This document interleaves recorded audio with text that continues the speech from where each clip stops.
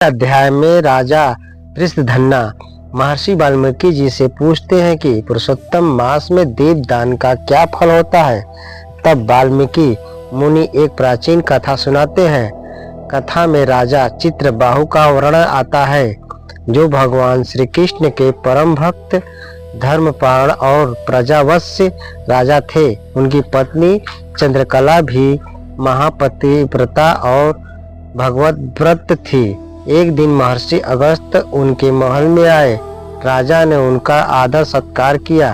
तब राजा ने पूछा कि इतना वैभव, सुखी राज और पतिव्रत पत्नी फिर पूर्व कैसे कारण प्राप्त हुई।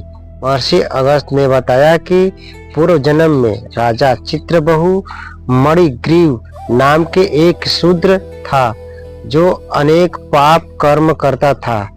उनके कर्मों के कारण समाज और परिवार ने उनका त्याग कर दिया था और अपनी पत्नी के साथ जगत में रहने लगे। एक दिन जंगल में उग्रदेव नामक ब्राह्मण रास्ता भटककर प्यास और थकान से मूर्छित हो गए।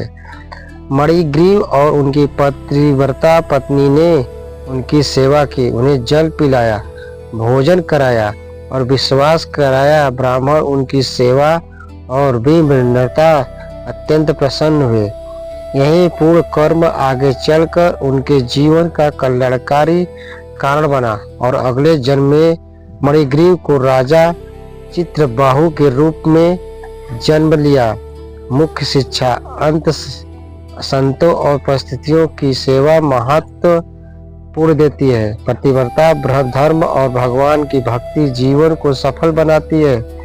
एक छोटा सा सत्कर्म भी भविष्य में बड़े शुभ प्रदान कर सकता है।